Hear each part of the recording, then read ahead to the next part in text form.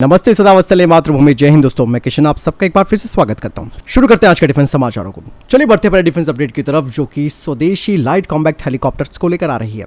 रक्षा मंत्रालय 156 यानी कि 156 लाइट कॉम्बैक्ट हेलीकॉप्टरों के प्रोडक्शन के लिए अब हरी झंडी देने को तैयार है और इस सौदे की अनुमानित जो लागत है वो करीबन 45,000 करोड़ रुपए के आसपास होगी। और जून के मध्य में जब नई सरकार का गठन होगा, उसके बाद अगस्त के अंत तक कैबिनेट कमेटी ऑन सिक्योरिटी के सामने इस प्रस्ताव को पेश किया जाएगा। कहा यह जा रहा है कि सेना और वायुसेना, जिन्होंने पहले ही 15 लाइट कॉम्बैक्ट हेलीकॉप्टर के लिए लिमिटेड सीरीज को शामिल किया है, ऐसे में उन्होंने थोड़े बहुत संशोधन का प्रस्ताव इसमें दिया है। और ये जो मॉडिफिकेशन किए जाएंगे उसमें ऑटो पायलट सिस्टम और ग्राउंड कोलाइजन अवॉइडेंस सिस्टम का इंटीग्रेशन इसमें किया जाना है, जिससे कि इस हेलीकॉप्टर की सेफ्टी और ऑपरेशनल एफिशिएंसी वो भी बढ़ सके।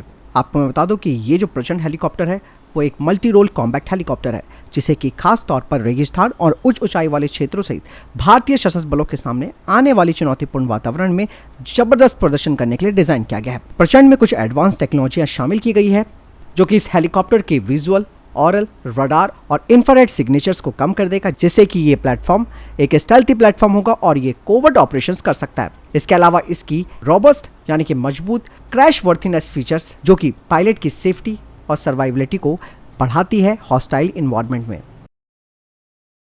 बढ़ते नेक्स्ट अपडेट की तरफ दोस्तों, आखिरकार डीआरडीओ ने अपना लेजर हथियार तैयार कर लिया है। हाल ही में 30 किलोवाट लेजर हथियार प्रणाली का पूरा परीक्षण हो चुका है और ये जो डायरेक्टेड एनर्जी वेपन है वो काफी महत्वपूर्ण होने वाला है भारत के लिए। अब कहा जा रहा है कि इस हाई पावर्ड सिस्टम के बड़े स्तर पर प्रोडक्शन किया जाएगा। इसके लिए इसके अब यूजर ट्रायल्स शुरू होने वाले हैं। वर्तमान में जो हमारा लेजर हथियार है उसकी ऑपरेशनल जो रेंज है वो 5 किलोमीटर है, यानी कि इस दूरी पर ये ड्रोन और हेलीकॉप्टर्स को खत्म कर सकता है। और यही नहीं दोस्तों, डीआरडीओ ने अब इसकी रेंज को भी बढ़ा दिया है, लेकिन खुलासा नहीं किया है कि कितनी इसकी रेंज बढ़ी है। इसके अलावा दोस्तों, डीआरडीओ ने इसी टेक्नोलॉजी का इस्तेमाल करके एक शिपबॉर्न लेजर वेपन सिस्टम भी विकसित किया है। 8 टन से कम वजन वाली ये हल्की प्रणाली यानी कि लाइट सिस्टम सेना और इंडियन एयरफोर्स के द्वारा इस्तेमाल किए गए ट्रकों पर भी इंटीग्रेट किया जा सकता है, साथ ही साथ युद्धपोतों पर भी इसे तैनात किया जा सकता है।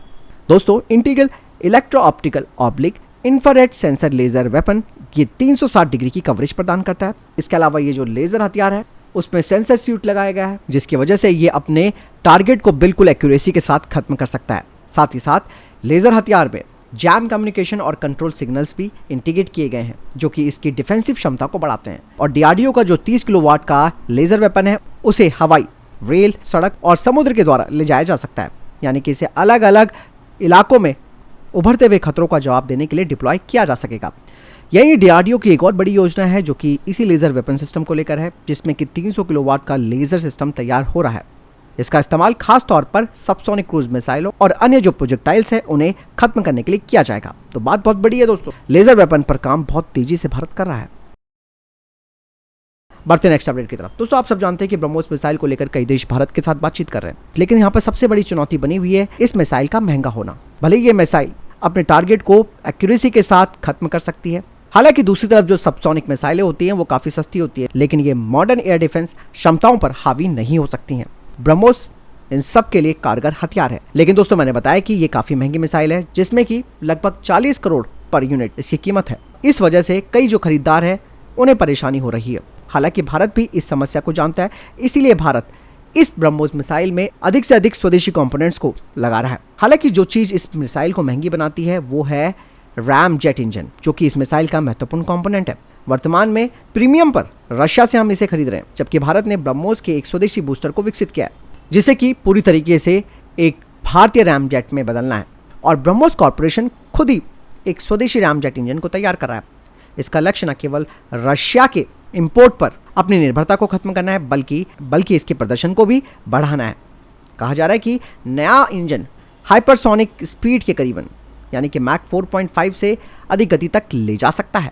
लेकिन दोस्तों, ऑफिशियली स्टेटमेंट नहीं आया है ब्रह्मोस के अधिकारियों की तरफ से कि क्या इसकी कीमतें कम होंगी या नहीं। लेकिन दोस्तों, इतना ज़रूर है कि स्वदेशी रैमजेट इंजन से इस मिसाइल की जो लागत है वो 10 से 15% कम हो जाएगी और ये कम ओवरहॉल लागत के साथ मिलकर ब्रह्मोस एक बजट वाली मिसाइल बन जाएगी, जिससे कि अन्य खरीदार इसे आसानी से खरीद सकते हैं। इसीलिए दोस्तों, अब इस मिसाइल का जो भविष्य है यानी कि ब्रह्मोस मिसाइल का जो भविष्य है वो एक बेहतर प्रदर्शन करने वाले स्वदेशी रैमजेट इंजन के विकास पर है। बढ़ते हैं नेक्स्ट अपडेट की तरफ दोस्तों। एक्सरसाइज शक्ति जो कि एक जॉइंट मिलिट्री एक्सरसाइज है भारत और फ्रांस की मिलिट्री के बीच। इस दौरान जंगल सर्वाइवल टेक्निक्स पर दोनों सेनाओं ने काम किया। अभ्यास के दौरान सेल्फ प्रिजर्वेशन की प्रैक्टिस कराई गई और ये जो एक्सरसाइज है वो मेघालय में शुरू हो चुकी है और इस एक्सरसाइज का उद्देश्य है दोनों तरफ से जॉइंट मिलिट्री क्षमताओं को बढ़ाना, इसके अलावा मल्टी डोमेन ऑपरेशंस को करना। फिलहाल इतना अभी तक के टॉप डिफेंस अपडेट। वीडियो के सामने कोई प्रश्न या वाइब आपको कोई सवाल कमेंट सेक्शन में लिखकर जरूर पूछ सकते हैं। मिलता हूं नए वीडियो के साथ, चैनल को सब्सक्राइब कीजिएगा। जय हिंद, वंदे मातरम।